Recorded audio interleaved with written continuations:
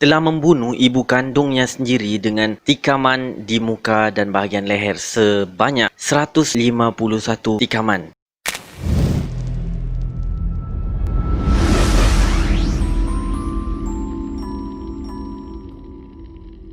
Assalamualaikum warahmatullahi wabarakatuh. Salam sejahtera, salam perpaduan kepada anda di luar sana, konco-koncoku. Welcome to my channel. Pertama kali terima kasih kerana klik video ini untuk mengetahui konten-konten yang saya keluarkan, terutama sekali dalam konten kes jenayah dan konspirasi. Seperti minggu lepas requestnya daripada pendengar dan juga penonton Riz Live Channel, pada minggu ini saya akan membawa request daripada cousin saya sendiri yang mahukan kes yang viral baru-baru ini di aplikasi TikTok, iaitu sebuah kes yang menjadi perhatian bukan disebabkan jenayahnya, tetapi dengan kecantikan dan juga kecomelan yang ada pada beliau sewaktu rakaman di mahkamah berlangsung. Tidak lain tidak bukan iaitu kes Isabel Guzman. So never further into the story.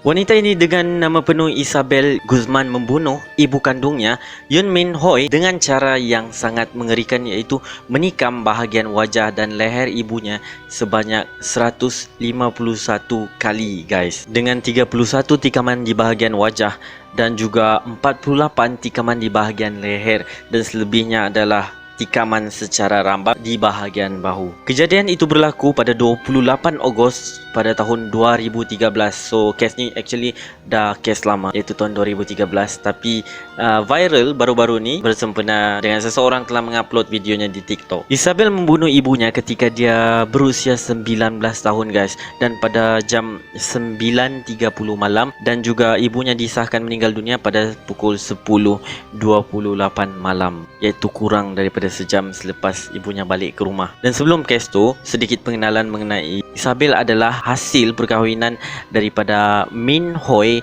dan juga Robert Guzman, dan dilaporkan Isabel ni dahulunya adalah seorang gadis yang manis, manja, baik hati dan sangat peramah. Namun semuanya berubah selepas ibu bapanya bercerai, iaitu Yun Min Hoi dan juga Robert Guzman.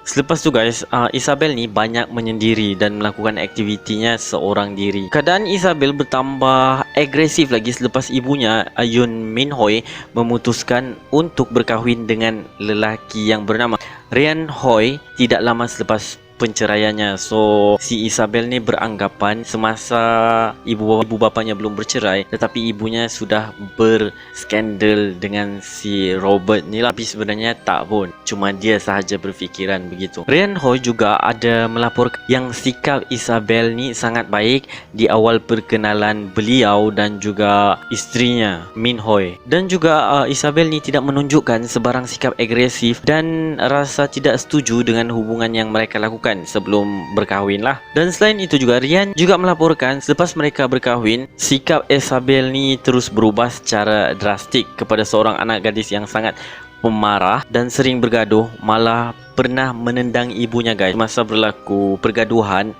ataupun perselisihan faham, dia sampai tahap mencederakan ibunya sendiri. Yang ini menurut Rian Hoi lah. Okey, dan kita masuk ke kronologi pembunuhan Min Hoi. Pada satu hari mereka bergaduh lagi, okey. Berlaku pertengkaran di antara Isabel dan ibunya Min Hoi, sehingga si Isabel ni mengeluarkan kata-kata yang sangat kasar dan kesat, malah telah meludah ibunya sebelum meninggalkan ibunya di ruang tamu. Dan sejurus dengan itu, selepas pertengkaran, semasa Yu Min Hoi berada di tempat kerjanya, dia telah menerima email daripada anaknya, iaitu Isabel sendiri. Anak kau hantar email dekat kau waktu kau kerja, dan bunyi email tu macam ni: you will pay, ataupun kau akan mendapat balasannya. Yu Min Hoi dengan perasaan risau terus melaporkan perkara ni ke pihak berkuasa, iaitu dia terus melaporkan hal ni kepada pihak polis, kerana yalah, dia sudah tahu anaknya bersikap sangat agresif dan tidak mustahil jika dia, Isabel, ingin mencederakan Yu Min Hoi. So dia pun melaporkan perkara ni ke pihak polis. Sejurus mendapat laporan daripada Yu Min Hoi mengenai ugutan daripada Isabel, pihak polis pun pergi ke rumah Yu Min Hoi, berjumpa dengan Isabel dan membuat sesi kaunseling, dan juga macam kata orang bagi nasihat lah supaya jangan melakukan perkara agresif. Dan juga polis beranggapan yang Isabel hanya memberikan amaran yang tidak serius kepada ibunya. Pihak polis juga menasihatkan supaya lebih menghormati ibunya bertepatan dengan ialah ibu kau kan. So sepatutnya kau lebih hormati dan juga ikut je lah apa yang ibu kau cakap. Jangan melawan. Lebih kurang macam itulah polis menasihati si Isabel. Dan tidak cukup dengan polis, Yoo Min Hoi berasa tidak sedar hati lagi.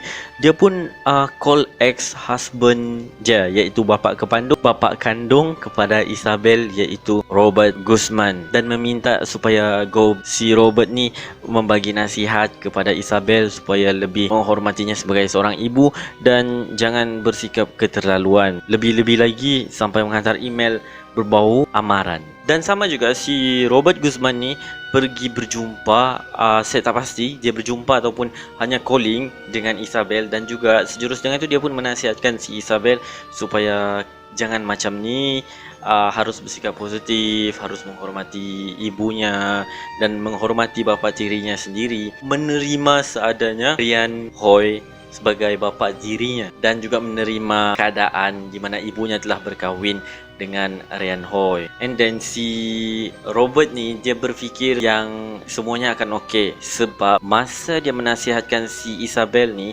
Isabel penerimaan dia tu sangat positif, siap dengan nangis. Dia terharu lah atas nasihat daripada ayah kandungnya dan dia rasa relief lepas tu. Tetapi guys, apa yang berlaku selepas 6 jam si Robert Guzman menasihati si Isabel mengenai menghormati ibunya dan jangan melakukan perkara yang tidak baik. Apa yang berlaku, Yoo Min Hoi selepas balik dari kerja, dia terus pergi masuk ke rumah dan terus naik ke atas untuk mandi, di mana suaminya iaitu Rian Hoi berada di bawah melihat televisyen lah. And then tidak lama selepas itu, Rian Hoi, suami Yoo Min Hoi, terdengar suara pukulan dan juga jerit-menjerit di bahagian atas, dan dia percaya suara yang didengarnya itu adalah daripada suara isterinya Yoo Min Hoi. Sejurus dengan tu dia pun terus ke atas, bergegas ke atas lah, and then dia cari datangnya suara itu dari mana, dan ya, datang suara itu daripada toilet dorang. Yang ketiga itu, isterinya Yoo Min Hoi berada di dalam. Rian Hoi juga sempat melihat keadaan bilik Isabel untuk memastikan Isabel ada ataupun tak ada. Dan ya, Isabel tak ada di ruangan tersebut dan dia sangat yakin yang Isabel berada di dalam toilet berkenaan juga bersama isterinya Yoo Min Hoi. Rian Hoi cuba untuk membuka pintu toilet tu guys, tapi tidak berjaya sebab dikunci dari dalam dan juga dipercayai Isabel menahan pintu tu daripada dalam. So memang kukuh lah pintu tu. Biar kalau nak dipecahkan pun agak sukar lah. Rian pun tanpa berfikir panjang dia terus call 911 untuk datang segera ke rumahnya. Tapi apa yang sangat tragis guys, bila sambil dia call tu, suara isterinya Yoo Min Hoi makin sayup-sayup kedengaran dan lama-lama suara Min Hoi pun tak ada. Senyap lah. Bila keadaan jadi macam tu, si Rian Hoi ni lagi bertambah cemas, di mana darah mula mengalir keluar daripada bilik air tu guys. Memang mengejutkan lah. Dan tiba-tiba pintu bilik air terbuka dan muncullah Isabel dengan pisau di tangannya penuh darah. Okey, dia hanya berdiam dengan pandangan kosong dan meluru keluar berjalan tanpa menghiraukan Rian Hoi, dan ya, pandangannya hanya kosong dan berjalan ke depan.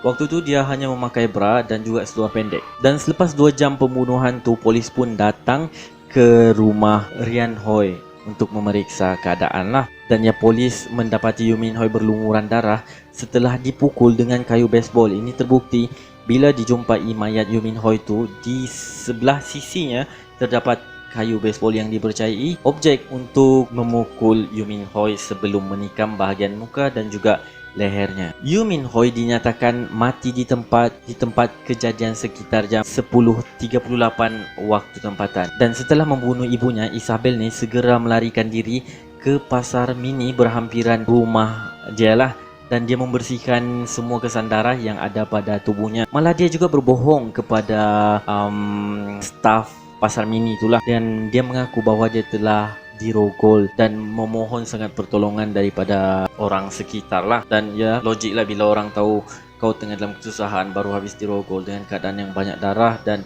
busuk masai, orang tu pun membantu Isabel dengan membagi perawatan, ubat luka dan sebagainya. Dan Isabel juga meminta izin daripada pemilik pasar ni untuk mencuci rambutnya di sinki dan menukar pakaiannya. Dan bertambah pelik lagi, dia juga meminta pemilik pasar mini tu supaya jangan melaporkan hal ini ke pihak berkuasa. Dan semasa polis berjaya mengesan gadis tu, iaitu Isabel, pada hari berikutnya, selepas 16 jam pembunuhan tu, dia sempat berbohong lagi kepada pihak polis bahawa dia cakap bahawa dia bukanlah suspek yang dicari. Dia mengaku dirinya adalah Samantha Gonzalez, berasal daripada Cincinnati. Dia melaporkan dan juga mendakwa gambar yang ditunjukkan pihak polis padanya adalah bukan dirinya lah. Dia tidak mengaku yang gambar dalam tu bukan aku tu, dia kata ini orang lain. Walaupun begitu, polis akhirnya berjaya menangkap Isabel dan yang merupakan suspek utama dalam kes ni. Isabel ditangkap 16 jam seperti yang saya cakap tadi selepas pembunuhan itu berlaku. Yang membuat kisah ni begitu mendapat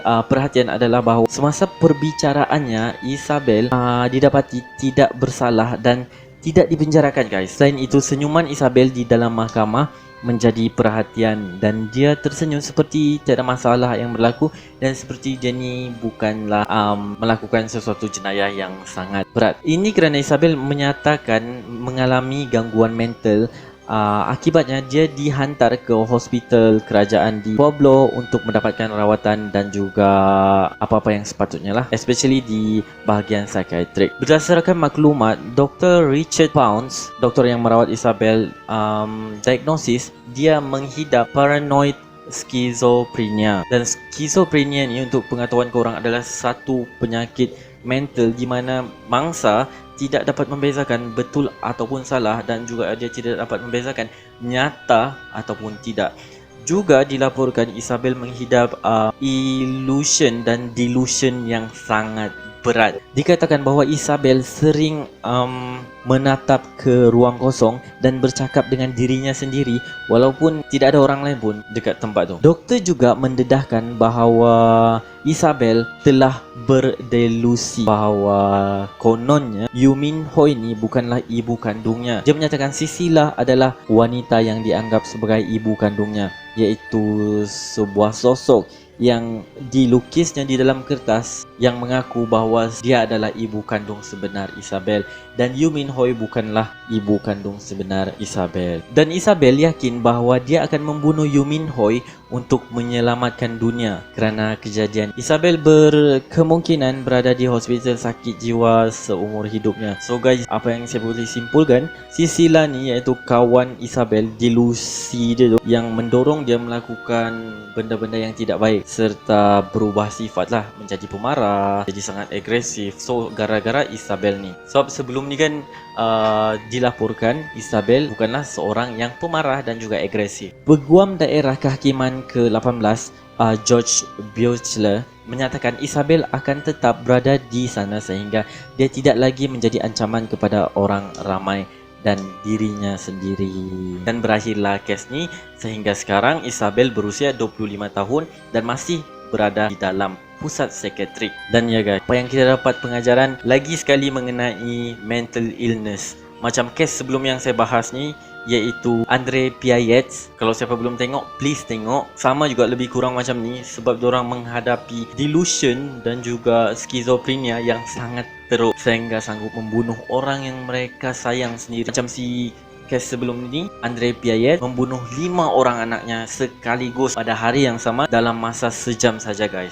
Dan macam kes Isabel ni pula, ibu kandungnya sendiri yang kita tengok secara tragis lah sebab dia membunuh dengan tikaman 151 tikaman guys di bahagian leher dan muka.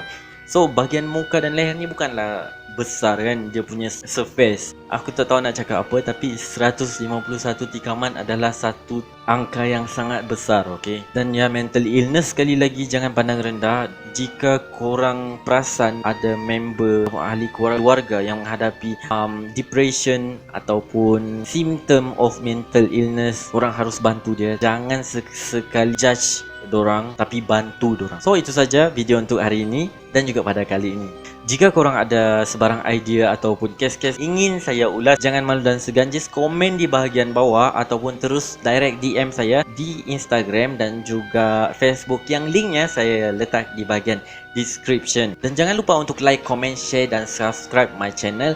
Turn on your notification, okay? Sehingga berjumpa lagi untuk next video. Jaga diri, jaga akhlak. Assalamualaikum, hantar memang.